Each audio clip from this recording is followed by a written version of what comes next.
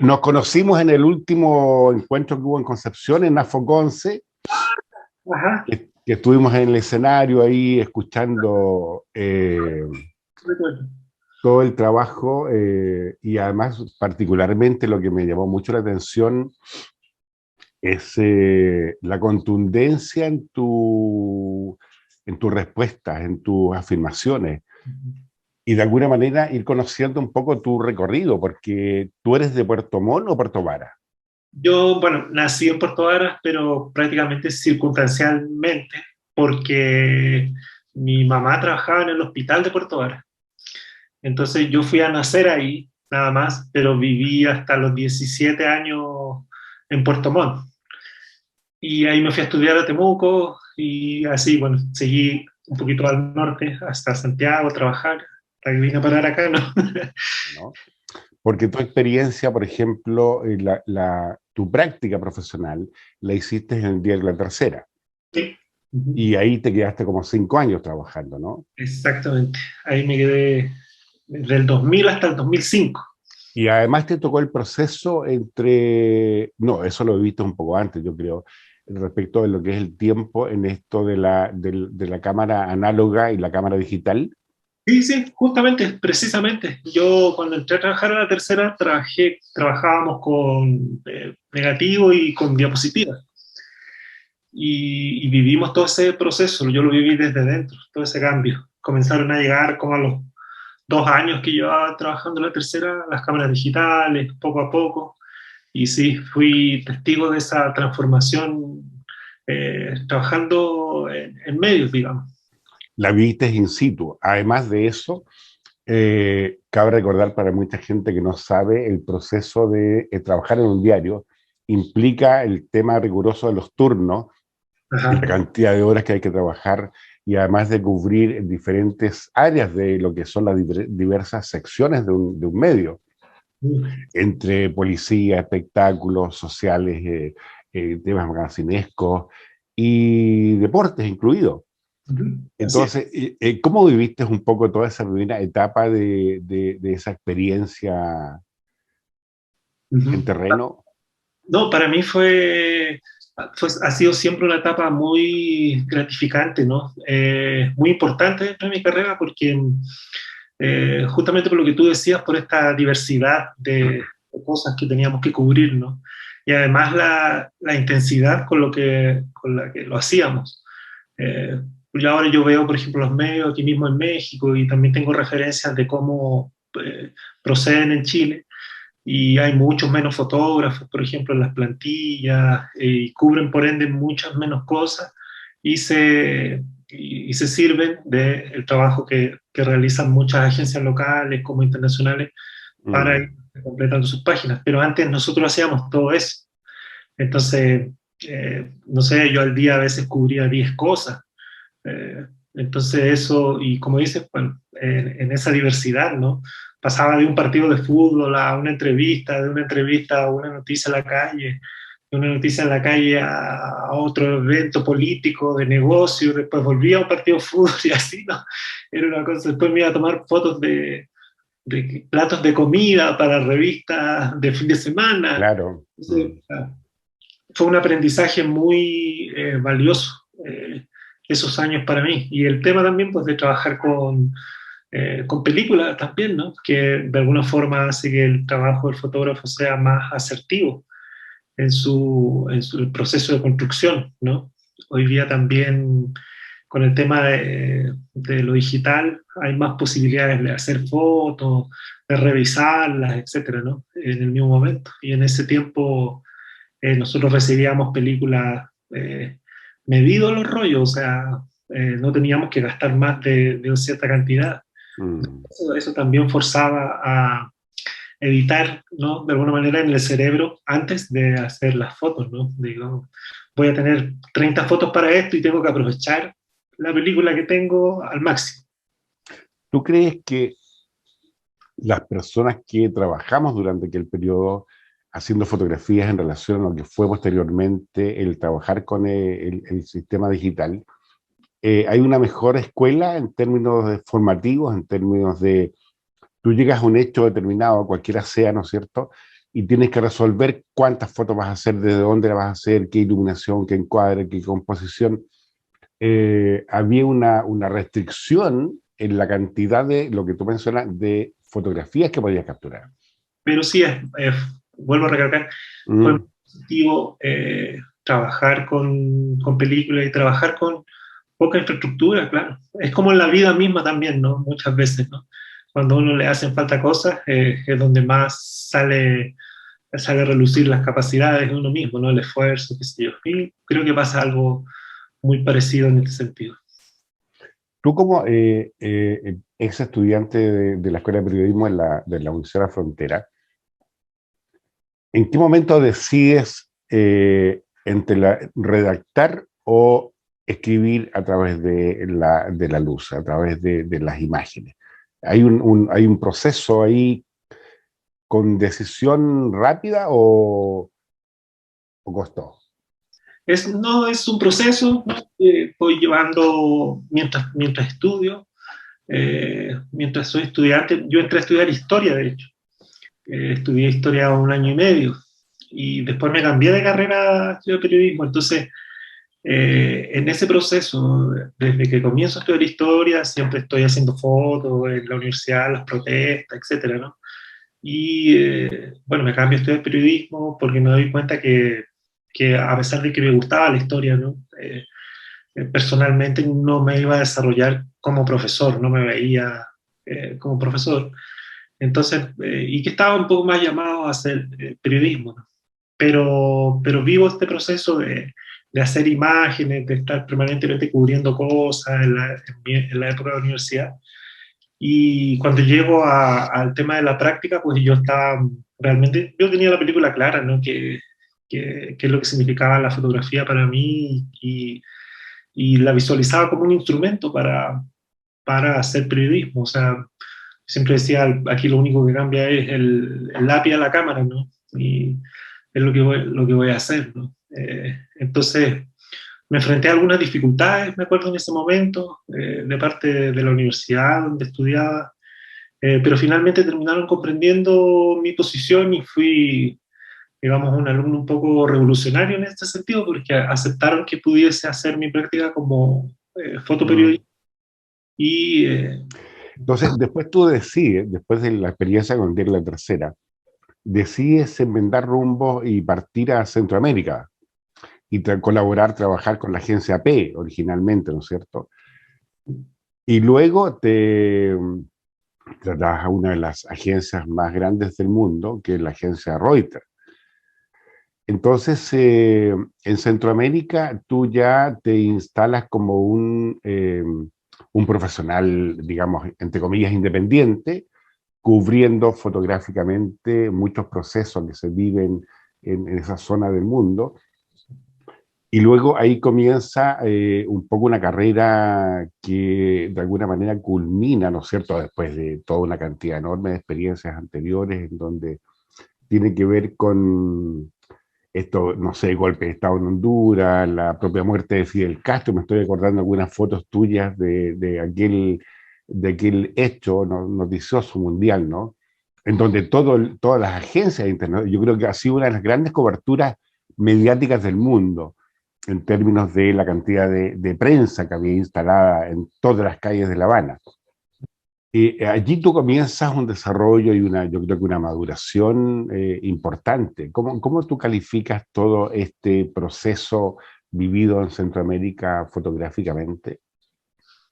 también creo yo que viene a sumar como esta, finalmente todas las etapas son en ese sentido importantes, ¿no? En el sentido de sumar experiencia. Y claro, yo viví mi etapa, como mencionaba, de estudiante, después mi etapa en la tercera, y ahora, como mencionas tú, esta etapa en Centroamérica, y cada una entrega su parte distinta, ¿no? Mi etapa en Centroamérica, yo llegué a Honduras específicamente, fue bastante compleja al comienzo porque Honduras es una realidad bastante distinta a los países de Sudamérica e inclusive a Chile, ¿no? Y nosotros no teníamos experiencia, a pesar de la experiencia que comentaba yo que pude haber forjado en la tercera y todo, con diversidad de temas y todo, no teníamos experiencia para enfrentar temas tan extremos como relacionados, por ejemplo, a la violencia. Entonces, de alguna forma fui yo mismo haciendo mi propia escuela en ese momento, ¿no? Creo que aludiendo mucho a cuestiones de percepción, sentido común en ese momento, ¿no? Y también de experticia en términos de lo que había leído y de lo que conocía o lo que estaba informado con respecto a lo que ahí sucedía.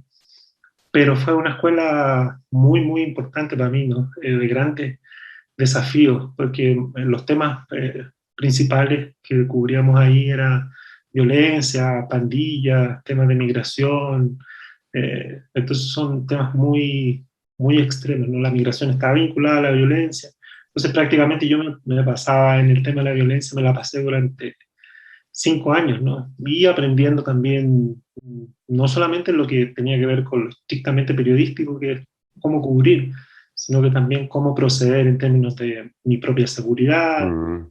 etcétera, ¿no? Nosotros recibimos cursos eventualmente de ese tipo, pero yo diría que los hemos recibido más sistemáticamente desde el 2010, tal vez en adelante. Los periodistas antes, fotoperiodistas antes del 2010 creo que no era tan periódico recibir formación de seguridad o ese tipo de cosas. Y a mí también me tocó vivir ese proceso donde no era tan periódico y donde uno aludía prácticamente a su sentido común. Sin embargo, tú en algún momento determinado del 2020, ¿no? 2019 comienzas a seguir todo este proceso migratorio, ¿no es cierto?, que es uno de los grandes fenómenos mundiales, de toda esta gente de Honduras, Guatemala, El Salvador, que se va a la frontera, pasando por México, frontera a Estados Unidos. Entonces, es todo lo que hace un año, este seguimiento de toda esta caravana de 15.000, 18.000 personas, lo cual también lo hace ser un poco inimaginable. Y en esa cobertura tú logras digamos, un reconocimiento, de alguna manera, a todo el trabajo anterior que significa lograr un premio, que es el primero que tenemos en Chile, el primer premio Pulitzer que hay en el país, por lo tanto pasas un poco a la galería de los personajes notables dentro de esta área, junto con Sergio Larraín, ¿no?, que es el primer fotógrafo chileno que pertenece a la agencia Magnum. Claro, absolutamente. O sea, yo siempre decía en esos días, ¿no? Se me preguntaba por el tema del premio y todo, que más bien yo lo veía como justamente un reconocimiento a mi trabajo fotográfico de muchos años, ¿no? Digamos, era como la guinda de la torta, pero nunca pensé que esto se reducía, ¿no?, a una fotografía. Entonces, en ese sentido, claro, es para mí significó esto, ¿no? El fin de una etapa y que me empujaba a renovarme y empezar a buscar hacer otras cosas en otras direcciones, ¿no? Eh, y claro, importante en el sentido también que tú mencionas, ¿no? De lo que significa estar cubriendo un evento de estas características, ¿no? Darle cobertura significa informar, mencionarlo, visibilizarlo, y eso es muy importante para la realidad de Centroamérica en general, vinculada al tema migratorio y, como decía antes, vinculada al tema de la violencia, porque finalmente, pues, muchas de las personas que migran están empujadas y motivadas por este tema a hacerlo, ¿no? Eso es lo que alienta, ¿no?, a estos grupos a salir de sus países, que finalmente se hacen invivibles, ¿no?, donde ellos están. Entonces es digamos, un trabajo importante desde el punto de vista documental, periodístico, de mencionar, no pasar por alto. ¿Cuál es tu representación de esa imagen? ¿Cuál es tu evaluación final después de ya un tiempo en que se vio, se aceptó, se criticó, digamos, alabó la fotografía? ¿Cómo tú la logras evaluar periodísticamente en el sentido de sociedad? Claro, era un hecho puntual, ¿no? Que resumía bastante lo que había estado pasando durante todos esos meses. Y yo creo que ese fue el valor que la Universidad de Columbia, ¿no? A través del Pulitzer le asignó a esta foto y le asignó también a las otras fotos que acompañaron todo este premio, que era un trabajo en equipo, ¿no? Periodístico de Reuters, ¿no? ¿Por qué crees tú que esa fotografía reúne los elementos que permiten alcanzar un puntaje y digamos, el premio Pulitzer finalmente? Sí, yo, bueno, como mencionaba un poco, ¿no? Creo que resume muy bien la experiencia de lo que significa la migración, ¿no? Contiene muy bien todos estos aspectos que tienen que ver con la violencia, con la participación de la familia en sus distintos integrantes, madres, hijos, eh, todos participando, ¿no? Todos poniendo de sí mismos para este nuevo proyecto que significa Mm, dar una nueva vida en otro lugar del mundo, ¿no? Con otro idioma, etcétera, ¿no? Como sea, los abandonos, y estas motivaciones tan extremas que están detrás de la violencia, abandonos de sus trabajos, sus hogares, su educación, significa dejar todo atrás por una cuestión también que, que es muy improbable que suceda, ¿no? Las posibilidades de que ese cambio se dé son bastante bajas, ¿no? Entonces también este niño mirando al cielo y gritando, pues creo que esa expresión resume toda esta incertidumbre y desesperación, ¿no? bueno, pero de alguna manera tú también te conviertes en un inmigrante profesional, porque vas detrás de una documentación, de un registro, de un acceso periodístico en temáticas que no siempre son visibilizadas desde el punto de vista periodístico. Y también eres parte de ese proceso y mezclado, digamos, al lado de ellos. O sea, no estás desde el hotel fotografiando, estás ahí en terreno. Después de conocer el tema de la migración, ¿no? Desde tantos años, como digo, desde allá, ¿no? Desde donde se genera la migración, ¿no? Ahí mismo, ¿no? En Centroamérica, he entendido a reconocerme como un migrante desde ese momento. De hecho, lo soy, ¿no? Saliendo de Chile y trabajando afuera. Tengo un hijo que nació afuera, me casé afuera, he hecho mi vida un poco afuera, ¿no? Entonces, claro, soy un migrante, me identifico plenamente con ello y no hago la diferenciación de legalidad o ilegalidad, porque desde mi punto de vista, pues esta cuestión no es el hecho de tener o no un papel no es relevante para entender el tema de la migración que ha estado tan presente desde siempre en la historia de nuestra humanidad, ¿no? Mm. Entonces, eh, pues sí, visualizo todo este tema y mi experiencia específica de cubriendo esta caravana, ¿no? Fue, claro, altamente satisfactoria, ¿no? Desde el punto de vista humano, aprender mucho de gente que tiene experiencias muy distintas y desde el lado de ellas, ¿no? Desde a tan corta distancia, como dices tú, ¿no? Las experiencias Mm. de son muy diferentes a las experiencias que tenemos muchas personas en Sudamérica, muy diferentes a las experiencias que tenemos en Chile, ¿no? Las expectativas son también muy distintas en ese sentido. Entonces, digamos, los días posteriores a más corto alcance se manifiestan, ¿no?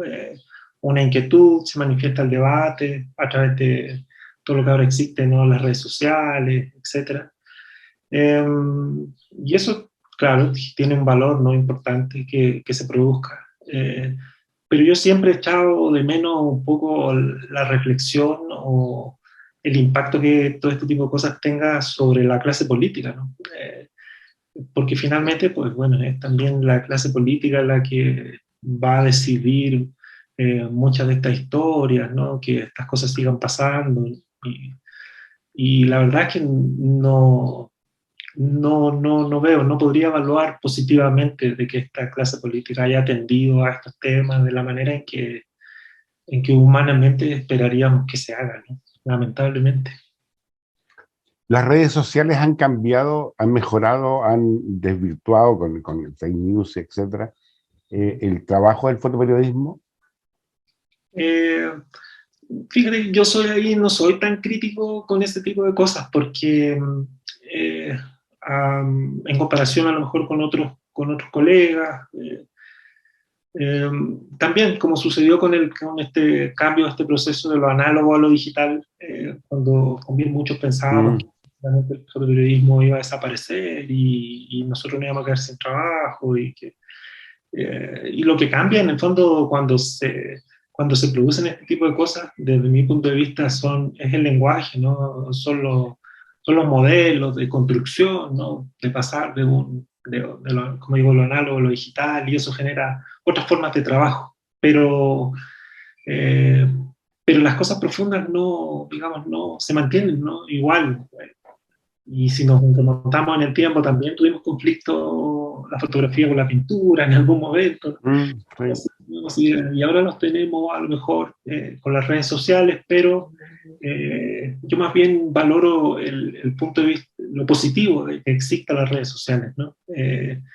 Digamos, todo esto de los fake news y las mentiras que por ahí se puedan eh, decir, deben ser preocupación de los medios tradicionales, ¿no? De no reproducir este tipo de cosas, Claro. ¿no? En nuestro profesionalismo.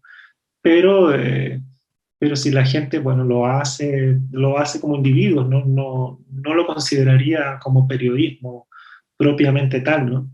Entonces, en ese sentido, valoro mucho más que existan porque la gente tiene una alternativa para contar lo que está pasando en su barrio, para contar lo que está pasando cerca de él, y que muchas veces los medios no llegamos o por a veces motivo, porque no les interesa, porque no tienen los Mm. recursos, porque políticamente pues están coartados, o qué sé yo, hay muchas variables, ¿no?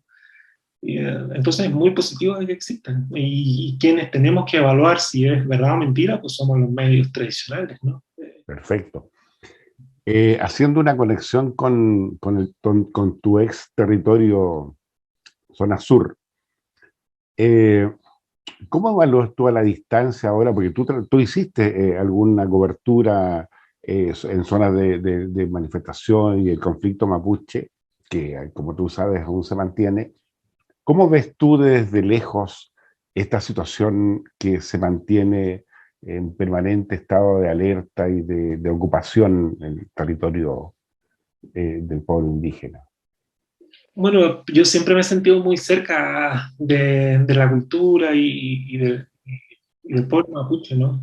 Estudié en un lugar, ¿no? Donde tenía muchos compañeros y participé de muchas actividades que tenían mis compañeros en ese momento del hogar mapuche, ¿no? Siempre he invitado y mantengo hoy hasta hoy día muchos lazos muy cercanos con muchos de ellos. La Universidad de la Frontera en esa época tenía un porcentaje alto de estudiantes de ascendencia mapuche. Entonces, siempre me he sentido muy cerca del tema y hoy día también, ¿no? Cuestiono también lo mismo en este mismo sentido, ¿no? La falta digamos, de contundencia que han tenido los gobiernos, ¿no? Frente al tema mapuche, desde la concertación hasta los días de hoy. Mm, Eh, una falta de claridad, ¿no? Absoluta, ¿no?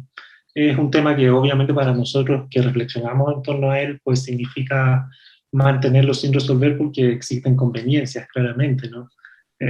Para el Estado, ¿no? Es un tema que conviene mm. sin resolver y vemos que esto suceda, ¿no? Pero es lamentable porque en el fondo, por otro lado, eh, tiene que ver con el derecho, ¿no? De un pueblo, ¿no? Con respecto a lo que ellos consideran legítimo en función de sus tierras y lo que también conocemos de su espiritualidad que está involucrada aquí, ¿no? Entonces es un tema que si respetamos como se menciona a nivel constitucional, ¿no? Los derechos de todos los chilenos y de todos los que habitamos en ese territorio o hemos nacido allí, eh, debe ser considerado y debe ser una prioridad y se debe resolver, ¿no? No es posible que se extienda por tantos años, por tantas décadas, más de un ciclo en el mismo estado, ¿no? El mismo estado, status quo, ¿no? Perfecto. Finalmente, Edgar Garrido, el tema de las nuevas generaciones de periodistas, ¿cuál sería una frase de acuerdo a tu posición, a tu criterio, a tu experiencia, digamos, en este sentido, para el aula? Porque ahora estamos con alumnos de primer año de periodismo, entonces, ¿qué le decimos a ellos respecto del fotoperiodismo y esta documentación y este registro de la sociedad en temas que son vistos por todos y temas que no son vistos por la mayoría y que están ahí? Yo creo que en la formación, por ejemplo, hay distintos actores. Uno es la universidad, otros son los mismos estudiantes, y cada uno cumple su función y tiene su rol, ¿no?